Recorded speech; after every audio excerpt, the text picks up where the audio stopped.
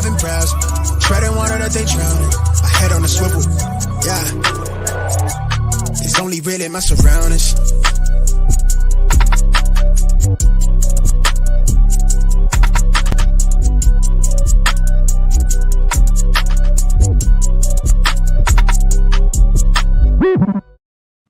Hello and welcome to episode 102 of the Smash Accept podcast. I'm your host, Michael Royer. You can find me on Twitter at Dynasty_DadFF.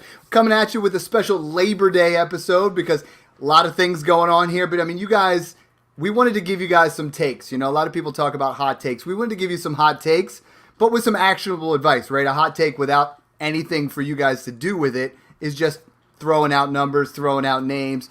But John and I are coming at you today because we're going to give you some hot takes and some actionable advice of how to, put your team over the top for 2022 in Dynasty. John, it is Labor Day. We both got the day off. I love it because so much was going on in both of our weeks. I'm just excited to be able to chop it up here today. Yeah, we're laboring here for you guys. It's a labor of love. Actionable advice. Yeah, that's what we do. No, it's great to be getting on here with just days left before the season starts. I got a work league draft tonight. You got a family league draft. I have one more auction still to come. It's one of the best times of the year. This is Dude, it's like every day, man. Here. My kids' draft board's up behind me. Wednesday this week, we got Scott Fishbowl waivers. Some people still have some drafts going on Tuesday. Thursday, we get an awesome slate of Thursday night football, and then it's on, right? It is on. Yeah. And all that work we've done in the offseason, all the rookie talk, all the 23 first talk, all the, trades that we've made. I mean, I'm looking at, and this year is our first year with a Patreon out there, and I've had 5 to 10 messages of guys saying, yo, Dad, you put our team in a spot where obviously not in the Smash leagues, but in my home league, I'm in an area to dominate my league. And that's what we're here for, is to give you guys real actionable trades. The first hot take I have, John, ties in perfectly with what's been going on. I mean, we didn't even mention Saturday was the kickoff of college football. Yeah. And what I want to say for my first hot takes is I'm looking at the top 12 Dynasty running backs right now. And the top, 5 or 6, they're all still pretty young. It's Jonathan Taylor, Najee Harris, Christian McCaffrey, Swift, Javonte, and Hall. Then you look at the next 7 to 10 guys in there, and you're looking at Eckler, who's going to be 27, Mixon, who's going to be 27, Dalvin, who's 27, Kamara's 27, Chubb's going to be 27, Henry's already 27. My hot take, John, is that there will be 3 2023 rookies who, as soon as the rookie draft is over, are top 12 Dynasty running backs. And for you guys that are casual listeners and just kind of checking us out for the first time, that might sound insane for us to say that there are 3 guys that are going to rank above those running backs that I listed, above Travis Etienne, Cam Akers, all these other guys they're fairly young. But John, we saw it on Saturday, right? I mean, Bijan Robinson is going to be top 3 right out the gate. And Jahmyr Gibbs is going to be right there. Zach Evans and Sean Tucker even. I mean, we're talking about, we've been saying all offseason to sell your running backs, insulate your trades, and move to these rookie running backs because there are some absolute studs coming out. I was so excited to actually get to watch these guys in action on Saturday. Some of the guys at the Patreon are like, John's going nuts. This is like a little kid in a candy store. But your thread was straight fire, man. You could tell the passion was in there, the excitement, because we did a 3-part series, if you guys haven't checked it out, about a month and a half, almost 2 months ago, on how to get 23 firsts, players to move back, like we're going to talk about today, with 23 firsts and 23 seconds. And, I mean, this class is no joke. This is 2020, maybe 2020 on a little bit of steroids, maybe even. I mean, this is that good. Yeah, it's kind of like you just bought some stock, you believed in this, and then boom, it just immediately takes a spike, and you just feel like this immediate return. That's what it felt like for those of you that have been buying 23 firsts here, because these running backs all looked really, really good. In fact, I'll break it down for you here. Go check out my thread on Twitter. You can find me at Dynasty_trades. But I had a top 5 going into the season here, Dad, of Bijan Robinson, number 1, Jahmyr Gibbs, 2. I had Zach Evans at 3, Sean Tucker at 4, and Tank Bigsby at 5. And all 5 of them showed out.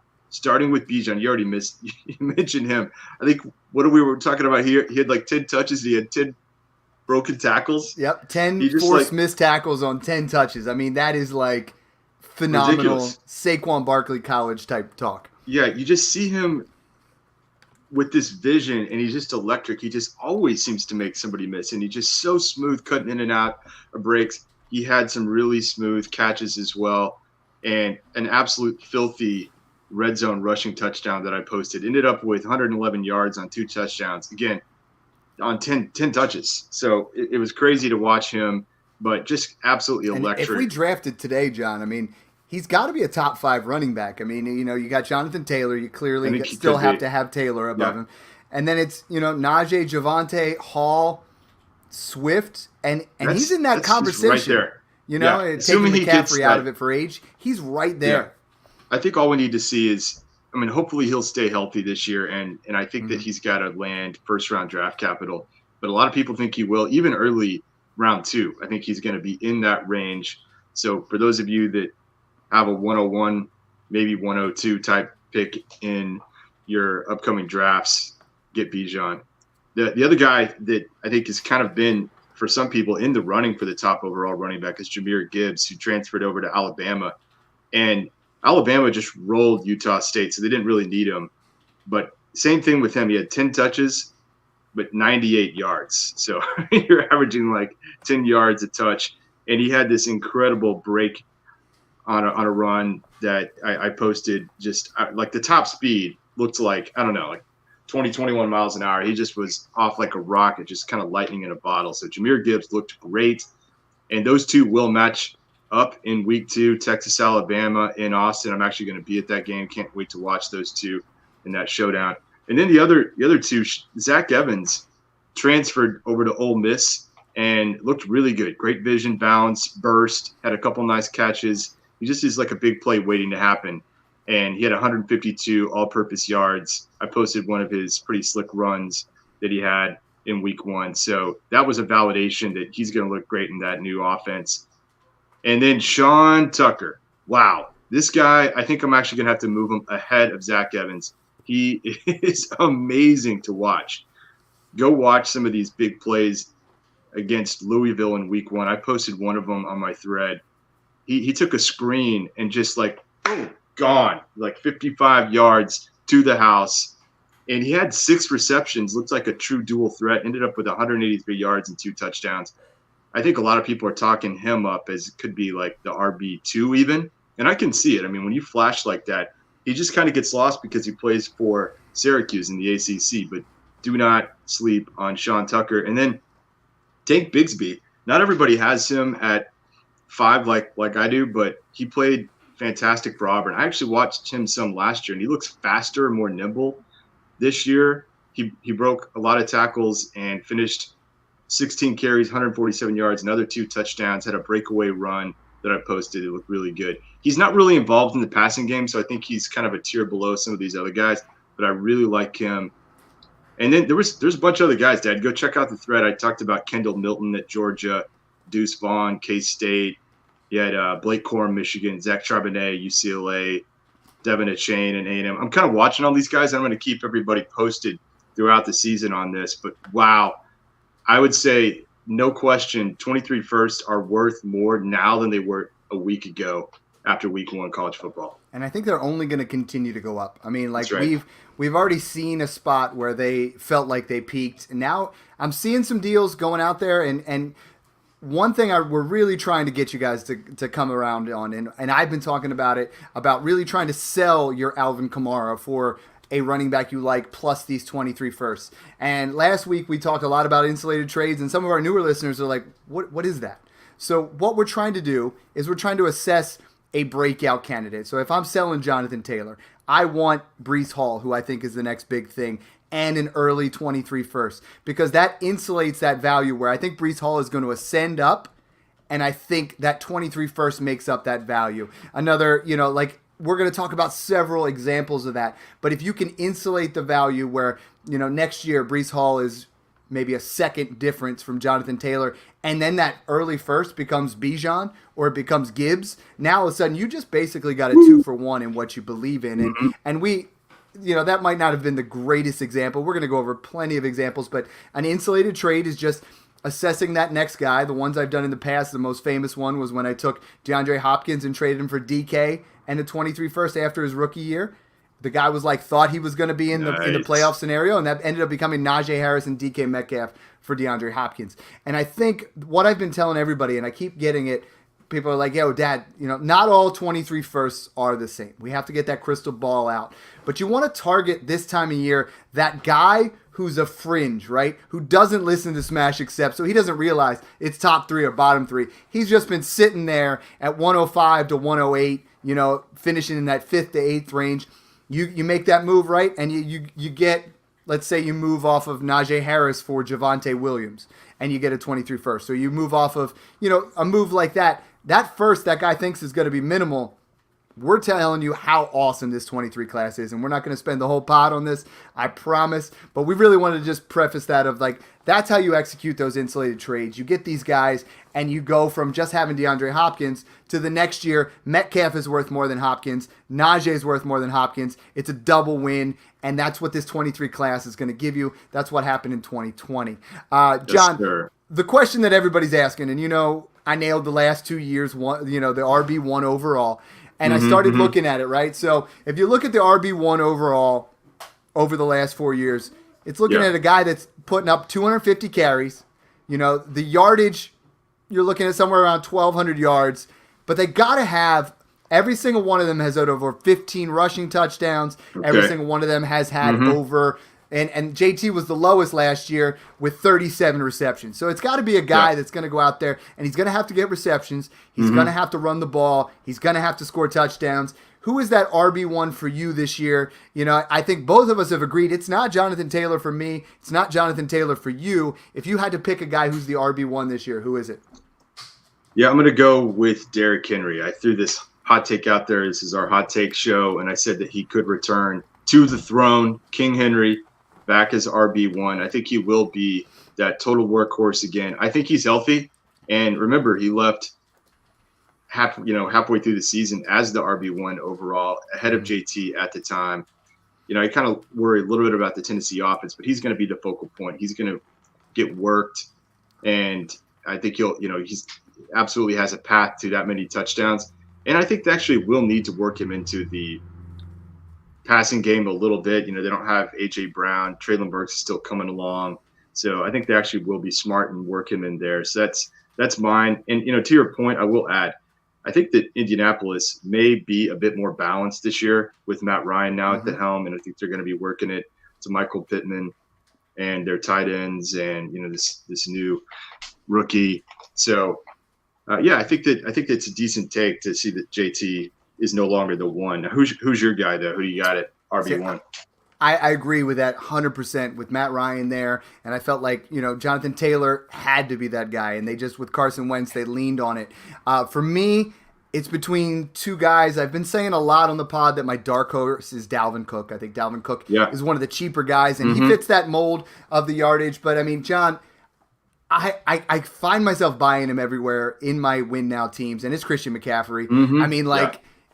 It's out of sight, out of mind, but you look at what he did in 2019, 1,300 yards, 15 touchdowns, 116 receptions, 1,000 yards, and 4 touchdowns. He was an RB1 and a wide receiver 1. Like, if you extrapolate them both, he's literally could go for 1,000 and 1,000. 1,000. Both of those scenarios made him. If you took away his rushing stats, he was a wide receiver 1. You took away his receiving stats, he was an RB1. I don't think you can I like that one. Go against Christian McCaffrey. But you look at it, and there's so many guys. If you told me Kamara or Mixon, maybe even Eckler, there's Najee. So many guys there that I think there's opportunities there. And running backs are where you can really make that difference. What I've been telling everybody is just let's start selling and moving back. Let's make ourselves. Let's get those guys like Nick Chubb for David Montgomery in that first. Let's get those guys that are going to ascend.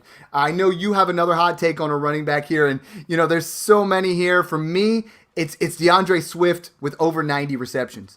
Last year, weeks 1 through 7, averaged 6 a game. I think the ceiling for him is a Christian McCaffrey light when it comes to the receiving game. I think he's going to get 80 receptions for sure. my hot take is 90 receptions. I think he finishes as a top 6 running back as long as he stays healthy. And when I'm looking at that running back list, John, I mean, the only guy, Jonathan Taylor is the only one who hasn't really had that injury yet, and we're looking at them all in there as long as they're healthy, right? And I think that's the biggest thing with your guy here. Yeah, I think that's it. And first of all, I like the Swift one. I think he's another guy that would love to do like the 1,000 club on the ground through the air. I think that his challenge is just going to be scoring on that Detroit offense, right? And so, it's hard to picture him as the RB1, but I really like that take a lot. My hot take here is that it's going to be Saquon Barkley, who's currently going as the RB13 on Underdog ADP for this year, finishes back in the top 6 running backs for 2022. I think he is actually healthy again. I think it took him a little bit of time. I don't know that he was 100% last year. I think he's going to be the true focal point on an improved offense. Remember, they went to a new coaching staff there, and the O-line is improved as well. Yes, Daniel Jones is still going to be there. Danny Nichols may struggle some, but they're going to lean on Saquon. Yeah, is it pennies now? That's probably right. But, I expect some big plays from him, and I think that we'll see and a return to glory for old Saquon. Well, and what Saquon was able to do his rookie year was almost identical stat-wise to what Jonathan Taylor just did. I mean, he would have been in that. Taylor's RB1 season was not the same as what we had for Christian McCaffrey, his RB1 season. And I think what both of us were thinking on this when we both said top 6 is we were both looking at guys who were like, in my head, I'm like, Saquon could be RB1. I was like, Swift could be RB1. But they won't be able to score enough touchdowns. I mean, the offense, you have to put up at least the lowest anybody's done is McCaffrey had 19, Gurley had 21, Kamara and Henry both had 21, and Jonathan Taylor had 20. So in order to be that RB1, you're going to have to be approaching 20 touchdowns, and neither offense really excites me enough to say that that's going to happen. So top 6, I think, is bold for both. I could see both of those happening. Yeah. What I want to transition now to is the wide receiver position. There is just so much value to be had. We talked about the running backs that are aging. That wide receiver core towards the top is aging as well. And my hot take, and I know it doesn't sound hot, but it's really actionable, is Cooper Kupp finishes outside the top 8 wide receivers for me this year. I know that's not crazy, but he's getting drafted as the 1 or the 2 in every single draft. And for me, I am using this to make some moves here, right? I made offers today. I offered Cooper Kupp for Stephon Diggs in a 23 mid-second. I know that doesn't sound like a lot, but I think Stephon Diggs outscores Cooper Kupp this year. I mean, I think there's a lot of scenarios here where we have to look at what's going on with Cooper Kupp. I mean, we have added weapons. Allen Robinson's there now. Cam Akers is back. Coaches have really been raving about Allen Robinson, thinking that that's a big thing. Stafford, he's having the elbow issues right now, right? So, I mean, that could knock him down a little bit. The defense last year that struggled a lot looks to be a little bit more fresh, so that might not be scoring as many points. A finish outside the top 10 seems a little crazy, but I think, Kupp, who finished at 440 PPR points last year, which was absolutely nuts, is that repeatable? And to me, I think a top 10, top 5 is repeatable. I don't think that wide receiver 1, overall is repeatable for Cooper Kupp this year, given that. But what I want to do is talk about some of these insulated trades. I made all the following offers today. We had Josh on the show last week, Josh Smith, Jay Bundershepard. Follow him, JB Undershepard. Sorry. And he was like, Dad, not lying. Like, what he says on the pod is what he does in our leagues. And I made these offers today. I sent out Cooper Kupp for Keenan Allen and a 23 first that looks mid. I sent out Cooper Kupp for Mike Evans and a 23 that looks mid. I sent out Cooper Kupp for Chris Godwin and then what looks to be like a little bit of an earlier 23 first. I sent out Cooper Kupp for Michael Pittman and what looks to be almost a late 23 first. And I think in every one of those situations, I mean, John, Devontae Adams balled out and was 28, and his value was not what Cooper Kupp's is now at 29. And I think we have to look at this. We got so excited about Cooper Kupp, so excited with what he did. We're valuing him as a lot of people as the wide receiver 3 overall in Dynasty, and he's 29. He just turned 29, right? But he'll be 30 next year when this all rolls around. So if you are on a contending team, I love having Cooper Kupp on my team. But the moves that I was making and where I was talking about insulating there is let's say the first one for Diggs, that one makes sense. Everybody gets that one. Let's look at the second one. If I sell Cooper Kupp for Keenan Allen and what looks to be a mid-23 first, okay? Keenan Allen's going to put up 80% of Cooper Kupp numbers. Right. Easily. That's the thing. Mike Evans, I think, puts up 80% of Cooper Kupp numbers. And then I have the insulation, this is where we talk about this, of that 23 first. So now, if, Keenan Allen goes down, or if I need that final piece, I can buy Devontae Adams for the stretch run with a 23 first because he's going to be 29 years old. That's right. Whereas having just Kupp, and Kupp gets injured, now all of a sudden, what do? He was 29. He misses half the season. He's 30. That value goes from top 3 to top 10? Where are we going? Yeah. Because the wide receiver position has a ton of ascending quality assets. Definitely. Yeah, and some people may respond and say, well, okay, you got Keenan and the first, but that first isn't going to help you this year. Well, actually it could, because it's going to continue to gain value as you start to hit the stretch run. If you're looking like a playoff team, flip that 23 first to someone who's not going to be in the playoffs, and I guarantee you it's going to be worth more then than it is now. And that was the criticism earlier in the year. Okay, I traded Cooper Kupp in a second, which is late, for T. Higgins in a first that looks mid. So now you have a situation, and they're like, oh, man, Higgins isn't going to post up the same number of Kupp. I have Higgins as a top 12 wide receiver this year. And then it's like we've talked about Austin Eckler, Joe Mixon, Dalvin Cook, Alvin Kamara, Nick Chubb, Henry. Those guys are going to be 27, 28 years old. Yeah. And if that team is out of the playoff picture, you take that mid-23 first and you buy them and you win it all. And that's really what we're trying to do here. Insulate the value of that player, and it puts us into a situation where, the Rams, we both love Allen Robinson this year as well. Yeah, that's going to be my hot take actually here at wide receiver. I'm going to predict that A-Rob finishes as a top 12 to 15 wide receiver this season. So right in that, late wide receiver 1, early wide receiver 2 range. And I think a lot of it's going to be what you just talked about. I mean, think about it. The NFL has had all off season to say, all right, we cannot let Cooper Kupp run wild. Okay. They've studied up on the film. They will make major adjustments. They're not going to let him do that again. Again, give him credit. It was an unprecedented kind of record-breaking wide receiver season.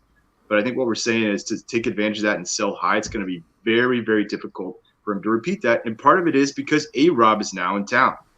And he's healthy. He's been looking really, really good. Stafford is definitely going to shift some of those targets to Cooper Kupp. Kupp will get open, and he will get his. But A-Rob, as many of you all know, is actually one of the better route runners. He's just a technician, and he's got the hands. And so, sorry, my little Cooper Kupp. A-Rob is going to take some of your action, and I see him finishing really strong this year in a Rams offense that I think is still going to just crank all year. And we both love Cooper Kupp. So, before we get any hate on that, I think. How could you not? Yeah. John, it's crazy because we were talking about this episode and what we wanted to do, and literally we're coming up with the same kind of ideas. I think Allen Robinson, if Cooper Kupp goes down to injury, Allen Robinson has top 5 potential for 2022. I think you're buying him right now. You could get him for less than a 23 first. You could easily move back from, a Terry McLaurin and add a little bit of value to get Allen Robinson if you're a win now team and get some picks. Right. All these guys are affordable, right? That was the point I was going to make. Like, you can buy A-Rob for fairly cheap. I've seen him go for a second. Saquon I threw out earlier. I was on DLF Trade Finder. Just to, again, make this actionable. I couldn't believe it, but I saw 2 different trades where he went for Cam Akers. And, certainly even straight up, 2 different occasions. And, in many cases looked like 23 firsts or a 23 first in Mark Ingram. In some cases, a 23 first and second for Saquon. But, if these are late picks, I'd advocate doing all of those trades for Saquon if you're on a contending team. So absolutely. Yeah, that seems – I was thinking you almost need to be like 23 first in a guy of like at least Chase Edmonds, Montgomery area where you're like that moving range, yourself up. And this is why we talk about these type of insulated trades. The other guy that I have that right now, Fantasy Pros has wide receiver 28. Underdog has a wide receiver 26. He's finished as high in the last 3 years as wide receiver 2 overall.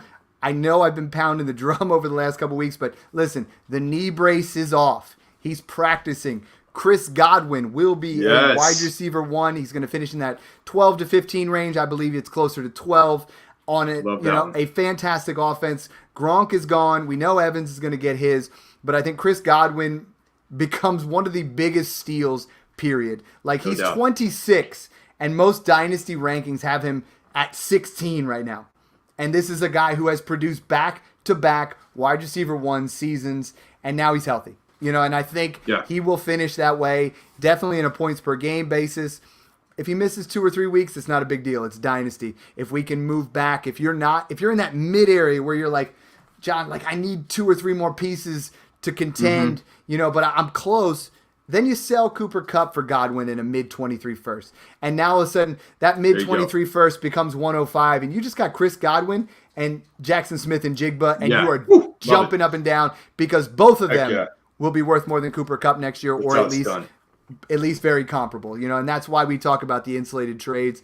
The next one I'm going to get harassed about, like, there's no way around it. There really isn't. You guys know I love him. I've been predicting the Josh Allen breakouts, and loved him ahead of time. It's Jalen Hurts season. Last year I predicted top 8. John, he did it, right? And people that listen to that, I have him on every single Dynasty team. Jalen Hurts will finish top 3. That's kind of hot. But he has the potential to finish number 1. All right. Improved weapons with A.J. Brown. The progression as a quarterback. People are saying he looks 10 to 20% better in practice. And I know we talk about we want guys to produce right off the bat. He struggled at times. It wasn't the most beautiful thing, but that rushing floor was always there. Now we have an improved offensive line as well. The offensive line was very beat up last year, and I think Jalen Hurts has finally caught up to where his value is in Dynasty. He is going as a late first in Superflex, and it's funny because last year you could have got him pretty deep, rounds 5, 6, and then this year, before the pounding of the drum, I think you could have got him maybe round 2. He has gradually from smash 3 to smash 7. Jeez, John, we did that a lot many. Of smash. I got him in all of them. Okay, it's just crazy. But he moved all the way up to 112, and that's kind of where he was at. First round. And the startup value does not match the trade value right now. I love Kyler Murray. I think Kyler Murray is a dark horse for the QB1 overall because of that defense that they have and the weapons he has. But I would advocate, I don't think you're going to get Jalen Hurts and a 23 first, but I think you could get Jalen Hurts and a 24 first for Kyler Murray, and they're going 3 spots apart in their ADP right now. Do it. Lamar Jackson in a third for Jalen Hurts and at least 1 first. I might be able to get 2 firsts if you add in a little bit on your play. And I'm not advocating moving off Justin Herbert or Josh Allen unless you get crazy amounts. I put a poll up a couple weeks ago where people said they'd be willing to give up 2 mid or better 23 firsts and Jalen Hurts to get Josh Allen. I love Josh Allen. But if you talk to me that I could get one of those 4 running backs that you talked about, or Stroud, or Young, or Smith and Jigba, I could get 2 of those guys and Jalen Hurts, Jalen Hurts will finish as a QB1 this year. That's going to happen. It's just how high up on the QB1, and I believe it's his job. He is going to play to a high level, and it's his job next year as well. And now you get 3 pieces, and that's how winning is done in Dynasty. That's how it's done. Whew, it's starting to heat up in here. I know that was hot. You'll turn the AC down a little bit. I'm getting the water out here. My kids are over here. We're doing our draft as soon as this is over. I see them over here taking notes. I no lie. They got cheat sheets out this year. I said something about Cooper Kupp's not going to finish top 8, and my son walked over to check my show sheets. He walked over here on the side. He's like, yo, Dad, Cooper Kupp? So we're starting to get a little hot here. Love that. Yeah, and I hope that my work league isn't listening to this. I'm hoping to grab Chris Godwin a couple rounds too late because his redraft ADP is way too low right now. It's absurd, especially if you think about his points per game. So I love the Jalen Hurts talk. I know everyone's shocked to hear that, but that's some real good advice. If you can't get a first in the deal for Kyler, and maybe you go for the 24 first, maybe do a pick swap. I like some of those examples you were given. Find out, well, how close am I? Get a conversation going with these folks and say, well, how far off is it though? I mean, Jalen Hurts, is a baller. So, but he's not, Kyler. He's not Lamar. You get that 24 first. I bought I bought Kenny Pickett 4 shares this week for 24 firsts. Now I have 2 starting quarterbacks. You can get Tom Brady easily for a 24 first. So if Jalen Hurts fails, Jalen Hurts gets injured, now that pick is there. You pick up Tom Brady, you go win it all. I mean, that's what I'm all about here is like insulate your value, go out there, get the guy that you believe in. If you don't believe in Jalen Hurts, don't do what I'm saying. You know, like this is a hot take. This is an insulated trade, just like what we're trying to do. But if you hit those, they become huge. Yeah. And I really like this next one. My hot take at QB here is about Jameis Winston. Famous Jameis. I think that he has a chance to really kind of surprise us all. Eat that W. Eat them dubs, man. I think that he could rack up a few dubs and finish in the top 12 QBs. That might be my hottest one so far. I don't know if we're calling the fire department, but that is hot. He is currently an underdog ADP of QB 21. So we're talking well above that. I just really like the situation that he's coming into. He's got a really solid wide receiver core. You know, Michael Thomas should be back. Chris Olave, I think, is the most pro-ready rookie. You got Jarvis Landry. He's still got Kamara there. I mean, think about all this. I think he really could cut down on the interceptions now. He's got the LASIK. He's going to be ready. You can see now, right? Yeah. I think he'll throw downfield a ton, too. I think the Saints are going to need him to do that. So get ready. I think Jameis Winston has a lot more upside than a lot of the other QBs in his area, and he's cheap. So I looked up on DLF Trade Finder again, kind of what he's going for. Multiple times in Superflex leagues, you could get Jameis Winston for a 23 second. Mm-hmm.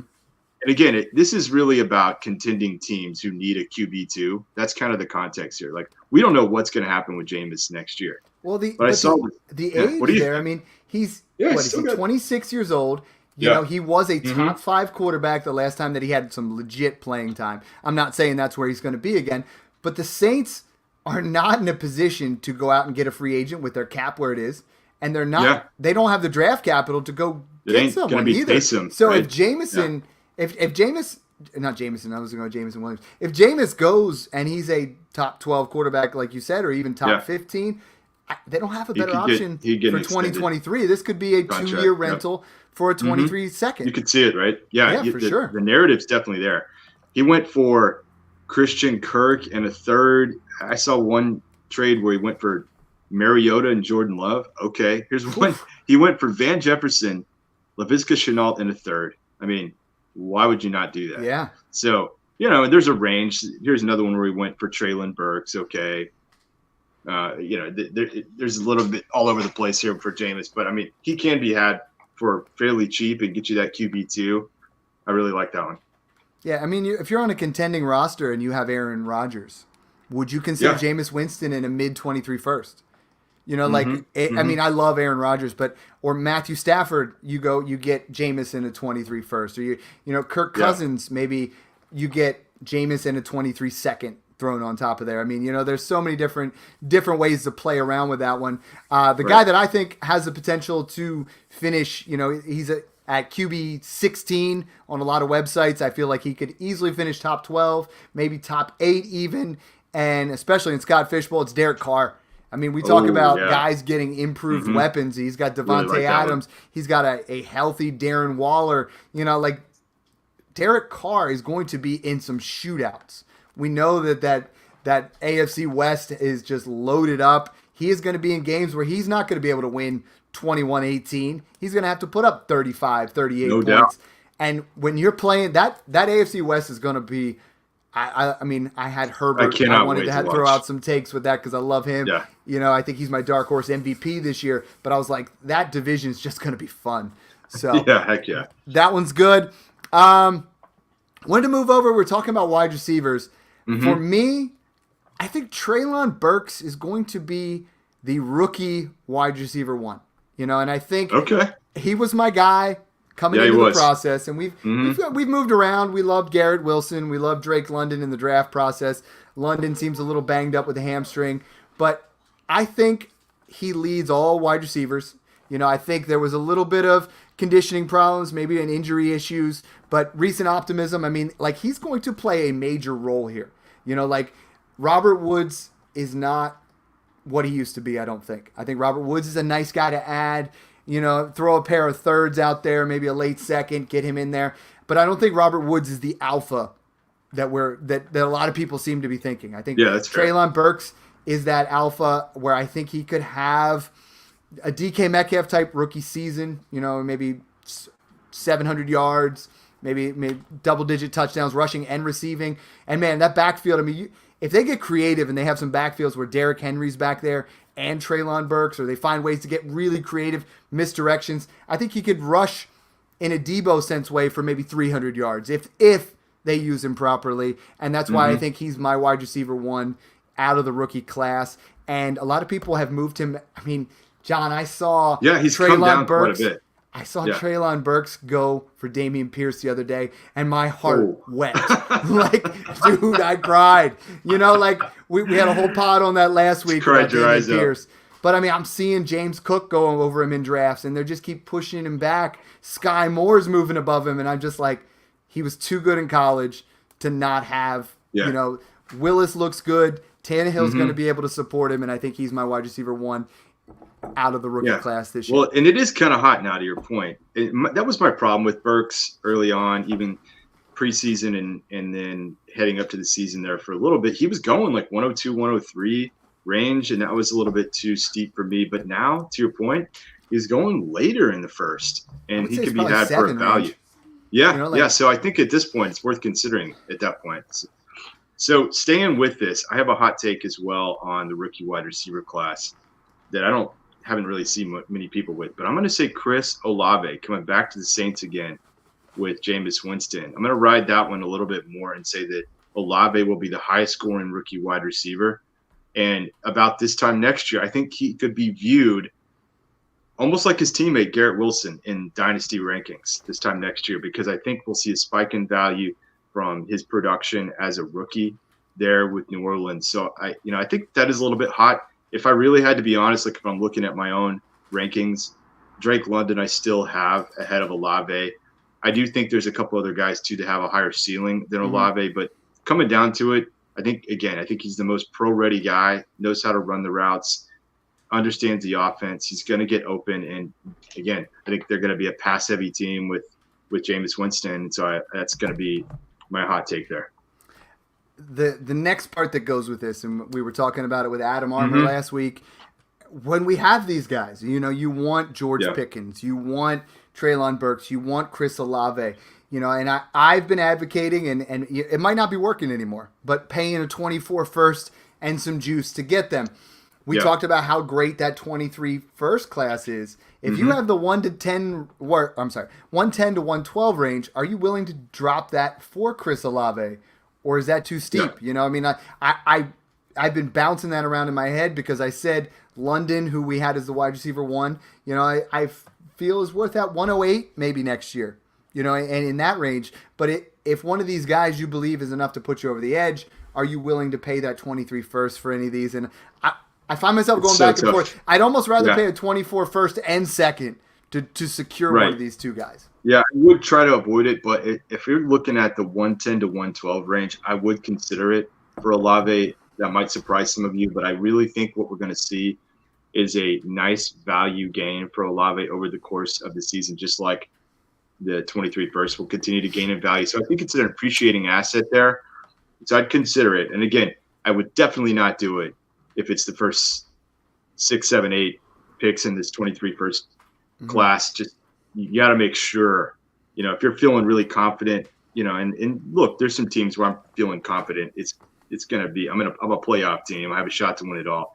10, 11, 12 is, a good bet. I'd consider doing it. Give yourself another asset that's going to appreciate as well. So something to think about there. And I think the play here, and this is the biggest thing to take away from this podcast, John, is to get creative and insulate that. If someone, you believe in Chris Olave, then you offer, you get Olave in a first for McLaurin in a second. And you make a move like that where it's like, now's where you gain that edge, where that second, your second's going to be late. You know it already, Right, and now you add that to a player that they think they're getting a win on. And then Olave scores more points than McLaurin this year. It's a double win again. I mean, you got to keep looking at for those. And for me, that guy, and we already talked about it again, I made an offer today I offered Cooper Kupp in a second for Michael Pittman in a first. Michael Pittman, my hot take, will be a top 6 wide receiver this year. You know, you look at last year, 88 nice. For over 1,000 and 6 touchdowns. I like that was it. Good. You know, I think, and in full PPR, that was top 15. You know, I think you add in Matt Ryan. You look at what he did over the final 5 weeks of the season with a 29% target share. I think Jonathan Taylor is not going to get as many carries as he did last year, you know, and I think Pittman bumps that up from 6 touchdowns to 10, maybe even 12 with Matt Ryan. Matt Ryan has supported top-end wide receivers his entire career, just as late as 2 years ago with Calvin Ridley in that top 6 range. So I think Michael Pittman has the talent to be there.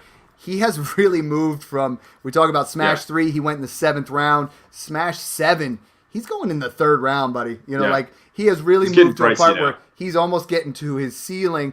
But I think draft capital versus trade value are very skewed, just like I was talking about with Jalen Hurts. You know, being able to get a 24 first. In draft, you would never do that. But if you're talking, hey, could I get Hurts in a 24 first? If you get Cooper Kupp in the late 2nd, Pittman goes in the mid to late 3rd, nobody's paying you a first-round pick to move up in that situation from a late 3rd to a late 2nd. But I bet if you go out there and you kick the tires, you're not as savvy owners are going to give you Pittman in a first for Kupp because they're hungry to win and they think that's what's going to be there. See it. And I think Pittman just balls out this year. Shout out to Commissioner Breeze. I know he was saying, hey, next year, Dad, dude's going to be worth 223 first. So sky's the limit there on his takes on that. Love that guy. We're getting a little bit long here, but let's hit on tight ends, because I think we hit all the wide receivers we wanted to talk about, and I think we could do this for days, just try to list some things. And I know you're going to put some threads out with the 23 picks. I'm going to put some threads out on insulated trades and how to do these and how to get yourself in that scenario. And I think the next guy we both totally agree on is moving off of George Kittle. Kittle. Yeah, my hot take here is that George Kittle finishes outside the top 6 tight ends for the season. And we talked about this in the Wedding Crasher section of our top moments from over the Smash Accept Pods and 100th episode. But I really do think that that's a likely scenario that he does finish outside the top 6 and we'll see his ADP decline. And again, it's because that's going to be a run-heavy team. That's what Shanahan wants to do. He's going to be one of the lead blockers on a run-first team. I think Lance is going to run it a lot himself. They're going to throw less.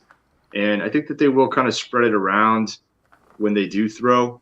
So, my recommendation is if you have Kittle and you're kind of worried about it, see if you can move him after one of his boom weeks when you find another competing team that might want to see some of that, because I think he'll actually be inconsistent. And my last concern here, too, is can the guy hold up all season? I mean, he plays violently, and he's fun to watch. I mean, he's really, in terms of NFL talent, NFL players, he's got to be right up at the top. He's incredible to watch, but I think that works against him as well, and he could miss some time. And so I think both of us probably on this same hot take here, and we talk about how you insulate here. So if you can get a first and a guy like Schultz, Freiermuth, Kmet, Knox, one of these guys, I think you got to do it. What do you think? That was my next take. Is I've been pounding the drum for this. I've now done it 4 times where I'm getting that 23 first on top of. I did one with Schultz, one with Knox, one with Kmet, and I think all 3 of them are going to be in that top 6 to 7 range. And I know that seems hot take, but I think I've been saying it with Knox. It's not a fluke. It's a lot more of a tight end on an elite offense that's going to catch some touchdowns. Kmet is going to be a guy who's number 2 in targets. You always want those tight ends that are going to be 1 and 2 on targets on their team, and I think Kmet's going to be number 2. And Schultz, he's gotten it done with Dallas. He's been the top 5 tight end already. And I think if you can get those, you're just cashing in off the name, and I think that's really what you're doing there. And that's you're getting 80 to 90% of Kittle, right? And then you got the other asset to protect yourself and flip if you need to. Yeah. And I mean, I don't think it's a shock to say if I trade Kittle today, and I get Dalton Schultz and that 23 first, and we get to week 12 and this guy's out of it, right? The guy that has Travis Kelce, I think you could buy Travis Kelce for that 23 first. Maybe a little bit of juice on top. But, like, that's what I'm talking about is that insulated trade. Right. Even if you're good, even if your team is good, and some people call it tinkering, and they're like, but if you make that move and Schultz is almost there with Kittle, and then you get the injury, now you can buy a Waller cheaper. You can buy a Kelce off those teams. If you have Kittle and he gets hurt and you're not insulated, then you're crap out of luck. Then you find yourself, and I've done this so many times in Dynasty, John, is like, Kittle's my number one guy. That's right. And I didn't make this move ahead of time. And now all of a sudden, Kittle gets injured in week 14, and I got to sell Kittle for Zach Ertz in a second, and it just feels dirty. You know, like, but you need to have that asset there in that tight end position. So just keep insulating the value of your players so those guys have that option. And we're not saying insulate and trade George Kittle for a 23 first and Hayden Hurst. You know, that was one that got offered to me. Yeah, Hayden Hurst isn't going to put up – he's going to put up 20% of what George Kittle does. Yeah. But if you get a guy that's going to put up 70 to 80% of that, you're still going to win if your team's built the right way. So trust in that process, you know, and it's worked out for both of us. You know, and definitely. I think in the past, you know, like the terminology hasn't been the same the whole way across the industry, but that insulated trade is what has really put me over the top and made it so year in and year out, you assess those guys, and we talked about those breakout guys 3 months ago. And if you bought any of those guys with the first, I mean, we were talking, you were getting Pittman plus on top of that 23 first for Cup a couple months ago, you know? So, I mean, awesome. Some good advice. You know, like, it just feels great. You know, like the first time we had Josh and Adam on last week, they're like, how'd you come up with that insulated trade? And I was like, well, I'll tell you about my first one, and I wanted to get your thought on it. And I was like, I had Antonio Brown after Antonio Brown had back-to-back wide receiver 1 overall seasons, right? So I ended up trading him for, there was a guy back in the day named Devontae Adams who was starting to rise. So I got Devontae Adams and a first and a second. The first, I believe, and then I think it ended up being like Devontae Adams, Stephon Diggs, and a first for Antonio Brown. And I'm like, dude, I've always had this ability to like pick that next breakout guy. That made it where that team went from like being in the bottom to being in there, you know. And I think if you can pick those guys out, we talk about hot takes. These are the guys that we were passionate about. If you move off of them, dude, good things are going to happen. Good luck on your draft tonight. I know my kids are stoked. We're going to start ours here in like 20 minutes. You know, pizza's on the way. Kids. Get Take some out burgers. Your dad. Matthew won it all last year. You know, if you guys saw my tweet 10 yeys ago, we've been doing this for 10 years. Nice. And my daughter was 3, and she drafted Tim Tebow in rounds 1 through 8. I don't think she quite got the process down. She skipped round 9. She's like, I don't know who I want, and came back in round 10 and took Tebow again. So don't go with those. She came in second last year. She's coming around on it, but she's figured it out now. If you guys have kids, get them involved with this. Yeah, it's fun. Do it. Because they come up to you, you know, and John, everybody's like, dude, what do you do with your kids during football games? Like, they don't want to watch that, right? But my kids will come over and be like, yo, did Joe Mixon score a touchdown today? Right. You know, like, I've got a couple of my kids that do it as well. Take fantasy football, match it with family time, and just build it all together. You know what I mean? And enjoy that little thing, and just, you know, you don't have to, you're not forcing it on them. I mean, my oldest doesn't care. You know, like he won the first 3 or 4 years, and now he's like, he's too cool for it. But every now and then he's like, hey, what's Josh Allen doing right now? You know, and it just gives you that little time to bond. So, John, talk to me about what you got going on here. Let's close this out. Yeah, so definitely hit us up as we're leading up to the season. We even can help you with lineup decisions. But definitely, again, now is a really good time to make some of these trades before the big reveal in week 1. So if you've been listening to our show, you know we have a lot of actionable advice now, including tonight. Some of these hot takes can actually be a good call. Or what are your hot takes? And figure out who are the guys that you really believe in or that you think are overvalued. Make those moves ahead of week 1. And then definitely can't wait to start breaking it down once we get into the regular season. This is what it's all about, all the prep. So good luck to you that have drafts left over. Definitely reach out if we can help. And one just happened in Smash 3 because our boy Adam Armour made a deal. He got James Conner, Zach Ertz, and a 24 first for Mixon. You know, and it's not quite. Nice. It doesn't sound like a ton of, you know, like sexiness, but he's got 2 starters there, and now a 24 first to play with. You know, so yeah, guys, there you go. Thanks again for tuning in, and enjoy the process.